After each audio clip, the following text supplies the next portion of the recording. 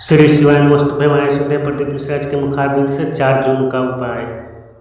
श्री शिवाय नमस्तुभ्यम। हर हर महादेव। दोस्तों, आप सभी लोग जानते हैं कि 4 जून 2026 यानी गुरुवार को पड़ रही है ज्येष्ठ अधिक मास महीने की चतुर्थी तिथि। और दोस्तों, ये वो तिथि है जो ज्येष्ठ महीने में पड़ने वाली सबसे बड़ी तिथि है, क्योंकि यह गुरुवार के दिन पड़ रही है और इसका बहुत ही बड़ा और विशेष महत्व होता है। पूज्य गुरुजी ने कहा है, अगर कभी भी मौका लग जाए और ज्येष्ठ महीने की चतुर्थी तिथि गुरुवार को पड़ जाए तो आप लोगों को 1 दीपक और 11 चावल के दाने वाला उपाय तो अवश्य ही करना चाहिए, और इन दोनों का संयोग बहुत ही कम आता है। और दोस्तों, पूज्य गुरुजी ने अपनी शिव महापुराण की कथा में बताया है, इस दिन आपको 11 चावल दाने वाला उपाय तो अवश्य ही करना चाहिए, क्योंकि ऐसा दिन पूरे साल में सिर्फ एक ही बार आता है। और दोस्तों, आप सभी लोग जानते हो कि अधिक मास गुरुवार का अगर सबसे बड़ा कोई उपाय है तो वो 11 चावल के दाने वाला उपाय है। तो दोस्तों, इस गुरुवार के दिन आप लोगों को इस 11 चावल दाने वाले उपाय को जरूर करना है। बहुत सारे लोग होंगे जिन लोगों ने इस उपाय को न किया हो, मतलब पूरा साल निकल गया और उन्होंने किसी भी दिन इस 11 चावल के दाने वाले उपाय को न किया हो। पर दोस्तों, आपके पास एक आखिरी मौका बचा हुआ है जो कि 4 जून के दिन है। तो इस दिन आप लोगों को इस वाले उपाय को जरूर कर लेना है, भले ही आपने पूरे साल भर इस उपाय को ना किया हो। पर अगर आपने इस ज्येष्ठ महीने में पड़ने वाली चतुर्थी के दिन अगर इस वाले उपाय को कर लिया तो आपको इस उपाय को करने का वो फल मिलेगा जिसकी आपने कभी कल्पना भी नहीं करी होगी। इसीलिए आप लोग इस वाले उपाय को एक बार जरूर कर लेना, ताकि आप लोगों के हाथ से यह मौका ना जा सके और आपको इस उपाय को करने का फल मिल सके। दोस्तों, यह उपाय पंडित जी ने अपनी अभी की ही शिव महापुराण की कथा में बताया है, जिस उपाय को आज हम आपको बहुत अच्छे से समझाने वाले हैं। इस वीडियो को देखने के बाद इस उपाय को समझने के लिए आपको कोई और वीडियो को देखने की जरूरत नहीं पड़ेगी। तो चलिए दोस्तों, उपाय को शुरू करते हैं। देखिए, यह इस ज्येष्ठ महीने के गुरुवार के दिन यह इतना खास होता है, इतना महत्वपूर्ण होता है। देखा गया है कभी कभी बड़े बड़े पूजा पाठ अनुष्ठान से जो मनोकामना पूर्ण नहीं होते, वो इस ज्येष्ठ महीने के चतुर्थी के दिन एक छोटे से उपाय करने से ही आपकी मनोकामना पूर्ण हो जाती है। और बहुत सारे लोगों ने इस उपाय को किया भी है और उनको इस उपाय को करने का फल भी जरूर मिला है। अगर आप लोग भी इस उपाय को ज्येष्ठ अधिक मास गुरुवार के दिन करना चाहते हैं तो आप इस उपाय को पहले अच्छे से समझ लेना, सुन लेना, उसके बाद करना। आपको इस उपाय का फल जरूर मिलेगा। और इस उपाय को कर लेने से आपके घर में चाहे किसी भी प्रकार की दुख और समस्या क्यों ना चल रही हो, आपको उसका कारण भी नहीं पता है कि भाई यह समस्या किस कारण से चल रही है, उसका कुछ भी कारण हो सकता है, जैसे पितृदोष हो सकता है या किसी भी तरह का मंगल दोष भी हो सकता है। तो इस दिन आप लोगों को यह वाला उपाय कर लेना है। यह एक ऐसा उपाय है जिस उपाय को अगर किसी विशेष दिन पर किया जाए तो भाई उस विशेष दिन का जो है वह तो हमें मिलता ही मिलता है। पर हमने उस दिन पर इस उपाय को किया है तो हमें उससे भी बड़ा फल मिलता है, और फल बहुत जल्दी मिलता है, क्योंकि आप इस उपाय को बहुत ही बड़े और विशेष दिन पर कर रहे हो। तो चलिए अब उपाय के बारे में बात करते हैं, लेकिन उससे पहले आप लोगों को यह जानना आवश्यक है कि आखिर यह उपाय किस समय करना है, किसको करना है और कैसे करना है। तो चलिए हम आगे आपको वीडियो में एक एक करके बता देते हैं, लेकिन उससे पहले अगर आप लोग हमारे चैनल पर नए हैं तो हमारे चैनल को सब्सक्राइब कर लेना और इस वीडियो को लाइक करके कमेंट बॉक्स में श्री शिवाय नमस्तुभ्यम ओम नमः शिवाय जरूर टाइप कर देना। और अपने फायदे के लिए, गरीबी दूर करने के लिए इस वीडियो को पूरा देख कर जाना, तभी आपको लाभ की प्राप्ति होगी। यदि आज आपने वीडियो को बीच बीच में से देखा, काट काट कर देखा, तो आपको जीवन में कभी सफलता हासिल भी नहीं। तो दोस्तों, इस 11 चावल के दाने वाले उपाय को हमें इस गुरुवार के दिन कैसे करना है, किसको करना है, किस समय करना है और कहां पर करना है, ये सारे सवालों के जवाब आपको इस वीडियो में मिल जाएंगे। और जो ये वीडियो देखेगा भाई उसको 11 चावल के दाने वाला उपाय जरूर करना चाहिए, क्योंकि इस दिन एक चावल के दाने का भी बहुत ही बड़ा और विशेष महत्व होता है। और जब बात आ जाए 11 चावल के दाने की तो ये सोने पे सुहागा वाली बात हो जाती है, और ये एक बहुत ही बड़ा उपाय हो जाता है इस गुरुवार चतुर्थी तिथि का। तो अब दोस्तों, इस 11 चावल के दाने वाले उपाय को आखिर करना किसको है, सबसे पहले हम लोग वो बात जान लेते हैं। तो देखो, घर की जो बड़ी माताएं बहनें होती हैं, उन माताओं बहनों में से कोई भी एक बड़ी माता बहन इस वाले उपाय को कर सकती है। और दोस्तों, अगर आप चाहें तो अपने घर में से सभी सदस्यों को भी इसको करवा सकते हैं। अगर किसी व्यक्ति की खुद की कोई मनोकामना है, खुद की कोई दुख और परेशानी है जो कि वो अपने लिए ही करना चाहता है इस वाले उपाय को, तो वह खुद अपने लिए भी कर सकता है। बाकी अगर कोई घर में से ऐसा है जो कि अपने पूरे घर परिवार की सुख और शांति के लिए ये वाला उपाय करना चाहता है, तो भाई वो भी कर सकता है, उसमें भी कोई दिक्कत वाली बात नहीं है। कहने का मतलब यह है कि इस उपाय को हर के सदस्य भी कर सकता है, और पूरे घर परिवार के सदस्य के लिए घर की बड़ी माताओं बहनों में से कोई एक माता बहन भी कर सकती है। माताएं बहनें अगर घर में उपस्थित ना हो या वो ये वाला उपाय ना कर पा रही हो, तो फिर घर का कोई बड़ा सदस्य भी इस 11 चावल के दाने वाले उपाय को कर सकता है, चाहे फिर वो पुरुष ही क्यों ना हो, उसमें कोई भी दिक्कत वाली बात नहीं है। अब दोस्तों, इस 11 चावल के दाने वाले उपाय को हमें करना कहाँ पर है? हमें इसे शिव जी के मंदिर में जाकर करना है। बहुत सारे लोग प्रश्न करते हैं उपाय को करते समय, क्या हम इस उपाय को घर पर कर सकते हैं? तो इस वाले उपाय को आप घर पर नहीं कर सकते हो। इस वाले उपाय को करने के लिए आपको शिव जी के मंदिर ही जाना पड़ेगा। उसके बाद में दोस्तों जो अगला प्रश्न निकल कर आता है वो ये आता है इस उपाय को लेकर कि आखिर इस उपाय को हमें किस समय करना है, सुबह के समय करना है कि शाम के समय करना है? तो देखो, इस वाले उपाय को आप लोग सुबह के समय भी कर सकते हो और शाम के समय प्रदोष काल में भी कर सकते हो। अब अगर आप पूछो कि भाई सबसे उत्तम समय कौन सा रहेगा इस 11 चावल के दाने वाले उपाय को करने का, तो हम आपसे बस यही कहेंगे कि इस उपाय को आप सुबह के समय करेंगे तो ज्यादा बेहतर होगा। बाकी अगर प्रदोष काल शाम के समय भी करेंगे तो भी अच्छा होगा, उसमें कोई भी दिक्कत वाली बात नहीं है। तो अब दोस्तों जो अगली सबसे बड़ी और महत्वपूर्ण बात आती है वो ये आती है कि सुबह अगर हम उपाय को करेंगे तो हमें कितने बजे से लेकर बजे तक के बीच में करना है, और शाम के समय प्रदोष काल में करेंगे तो हमें कितने बजे से लेकर कितने बजे के बीच में करना है। तो देखो, सुबह जितनी जल्दी हो सके आप उपाय को करने की कोशिश करना। बाकी अगर किसी कारणवश लेट भी हो जाओ, थोड़ी देर भी हो जाए, तो 10 या 11 बजे तक भी आप उपाय कर लेना, पर 12 बजे से ज्यादा देरी ना हो, ठीक है? इस बात का ध्यान रखना। उसके बाद में दोस्तों अगर शाम के समय प्रदोष काल की बात करें, दोष काल का जो समय है होता है वो शाम के 6 बजे से शुरू हो जाता है। मतलब शाम के 6 बजे से लेकर 7 बजे के बीच का जो समय होता है ये समय प्रदोष काल का समय होता है। पर अभी जो मौसम चल रहा है इस मौसम में जो है शाम बहुत देरी से होती है, तो आप इस उपाय को 7 या 8 बजे के बीच में भी कर सकते हो। मतलब शाम के 6 बजे से रात 8 बजे के बीच में आप कभी भी इस वाले उपाय को कर सकते हो, उसमें कोई भी दिक्कत वाली बात नहीं है।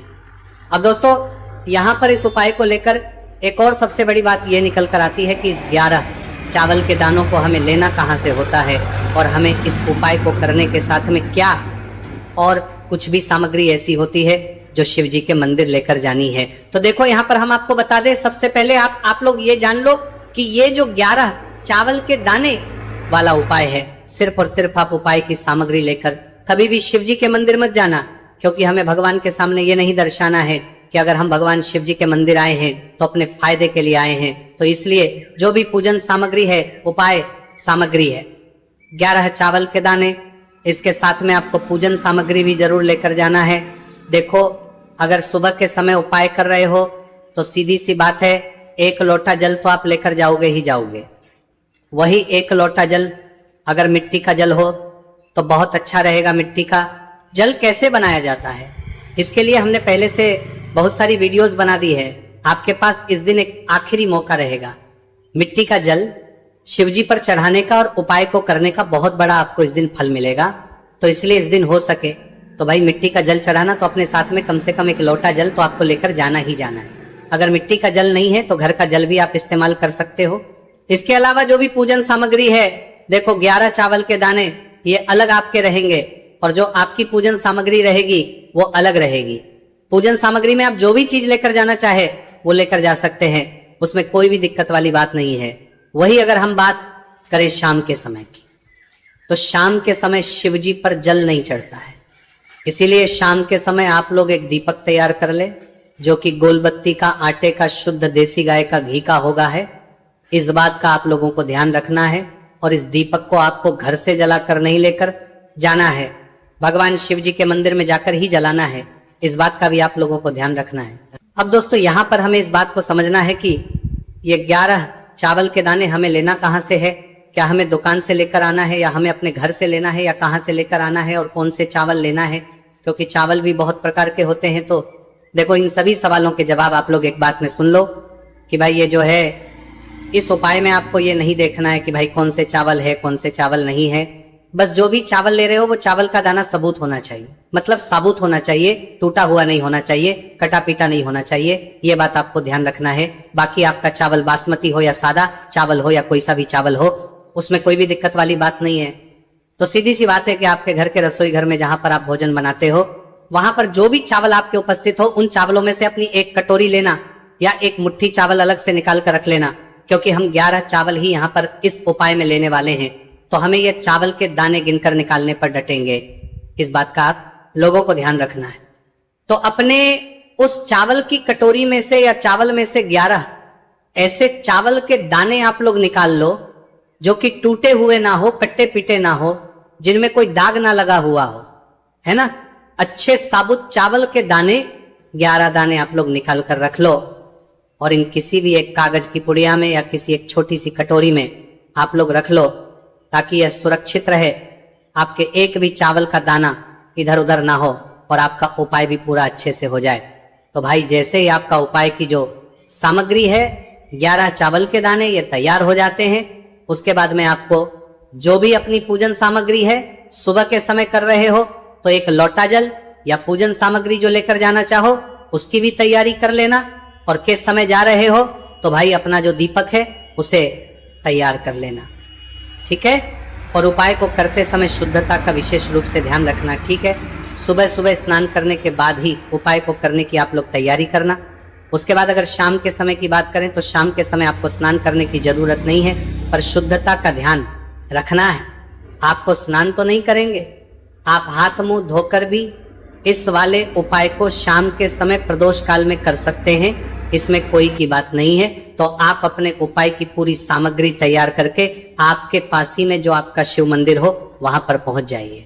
सबसे पहले शिव मंदिर में जाकर आप लोगों को उपाय नहीं करना है, पहले भगवान के दर्शन करना है, भगवान से आशीर्वाद प्राप्त करना है, फिर शिव जी की शिवलिंग के पास में आना है। शिवलिंग के पास में आने के बाद आप जो पूजन सामग्री लेकर आए हुए हैं, जैसे कि सुबह गए हुए होंगे तो एक लोटा जल और जो भी पूजन लेकर आए हैं आप उनसे भगवान शिव जी की पूजन कीजिए। सबसे पहले तो एक लोटा जल ही चढ़ेगा, उसके बाद में आपकी पूजन सामग्री चढ़ेगी। उसके बाद में अगर दोस्तों शाम के समय अगर आप इस उपाय को कर रहे हो तो अपने साथ में कम से कम एक जो दीपक है गोलबाती का जो आप अपने साथ में लेकर गए हो, उस दीपक को मंदिर में जाकर अपनी माचिस से जलाना है और उस दीपक को शिवलिंग के पास में रखना है, ठीक है।